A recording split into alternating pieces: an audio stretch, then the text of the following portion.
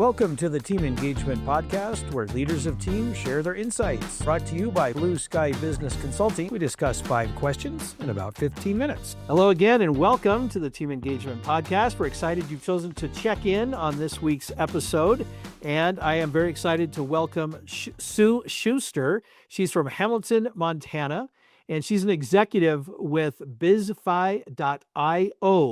So, Sue, thank you so much for taking time to be with me on the podcast today.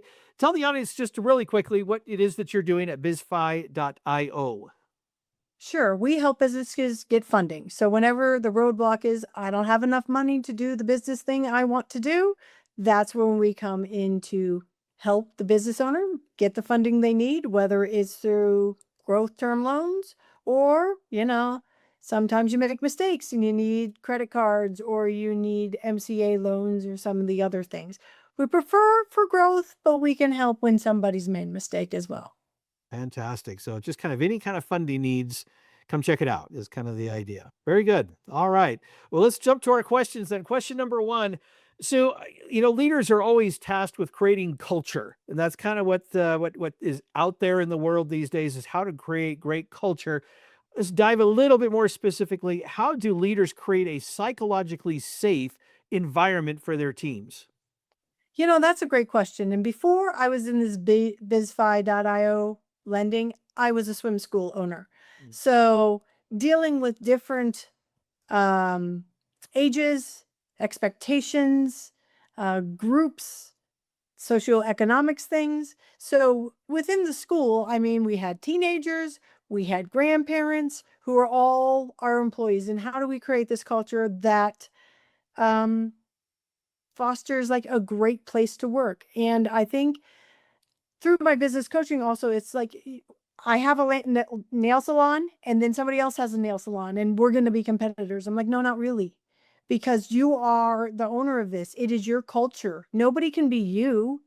So if you take the culture and are serious about it and you treat others with respect and you expect things of them. I expect you to be on time. I expect you to do the right thing. I expect you to put the client first.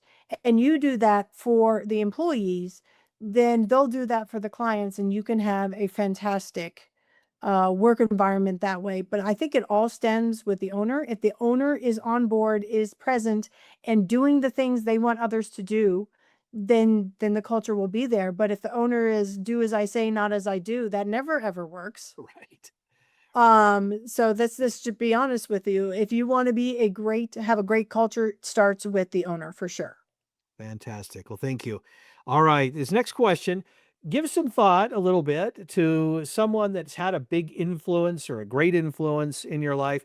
What's one word that you would use to describe that person? Mom. Mom. Oh, I like it. Okay, mom So had the influence. very strong woman, knew what she wanted, was a great individual. She started the swim school. I was like, oh, well, you got a better gig. I'll come work with you. And then I ended up taking it over, but we complemented each other. She taught me a ton of things. She was the yin to my yang. I'm more numbers. I'm more straight. This is how it's supposed to go. And she's like, I like people. And give me the 3-year-old who's scared and crying any day. So she was just a fantastic influence on me, taught me a ton of things. And I hope for my girls, because I have 2 daughters, that they can say the same or something similar about me, because we've done a lot as a family and a lot as strong individual women. Oh, that's awesome. I love to hear that. Thank you. All right. Question number 3.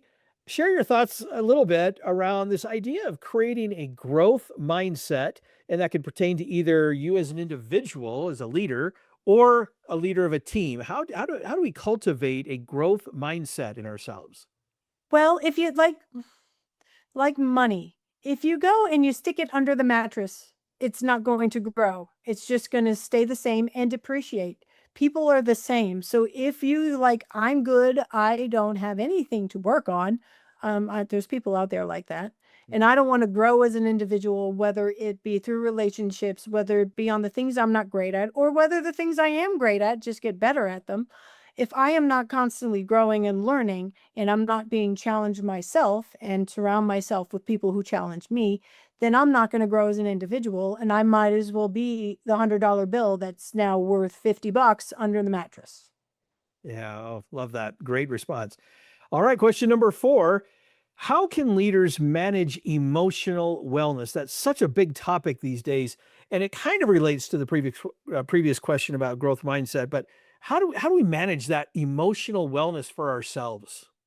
Well, I think there definitely needs to be a balance, and especially nowadays. So I worked for an individual who wanted my full, complete attention all day long, 9 to 5. And if I took an hour lunch, that was frowned upon but tolerated. Oh wow.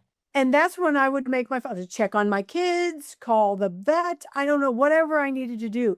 So all those personal little things that I would do throughout the day through like a little text or a check on whatever.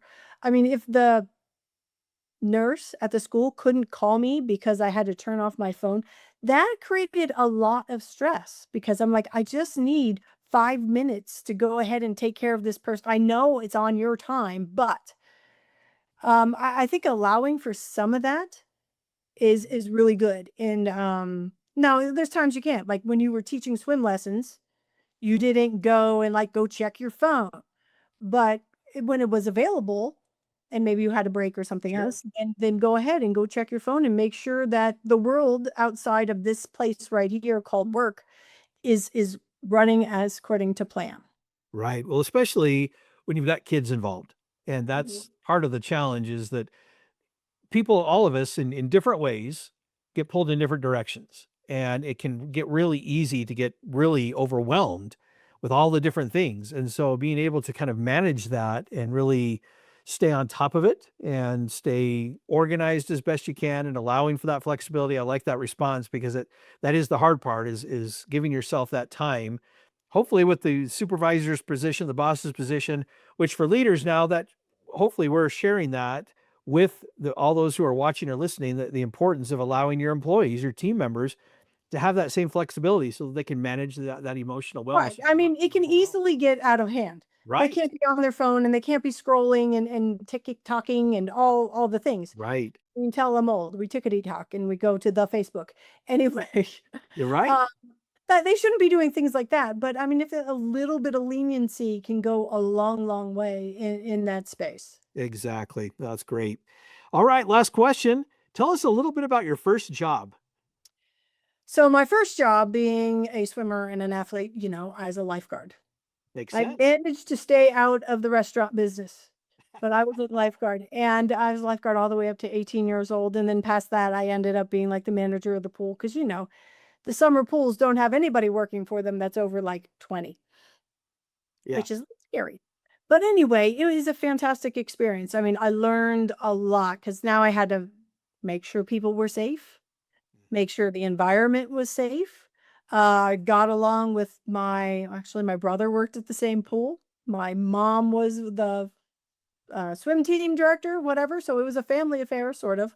Yeah. Um, but just getting along with the others. And, lifeguard is a good gig. It was a lot of fun. And not only that, and I'm sure there's other industries out there, but you get a bunch of young people all together, kind of doing the same thing, working together. They go hang out at night. So a lot of my very, very good friends came from my first job. Well, that's one of the great benefits of any job, really. But for the teenagers, especially, that's kind of their first opportunity to really gain friendships in a work environment. And you're kind of in that commonality and you're in it together and it's a team effort and all those things that you just described. And I love that. I think that's great. Well, awesome. Well, Sue, thank you so much again for taking time to be with me on the podcast and to answer these questions and to share of your expertise. How can people get a hold of you? Sure. So LinkedIn is a great place to find me. However, you have to put in another name because LinkedIn did funny things. So on LinkedIn, I am Sue Pantano Schuster. And then the other way is via email, which is Sue at biz-fi.io. Fantastic. Thank you so much. And thanks to all of you. I'm your host, Shawn Richards. Thank you for joining us or watching and joining us every week for the Team Engagement Podcast, where we learn how to be better leaders. So thanks so much to everybody.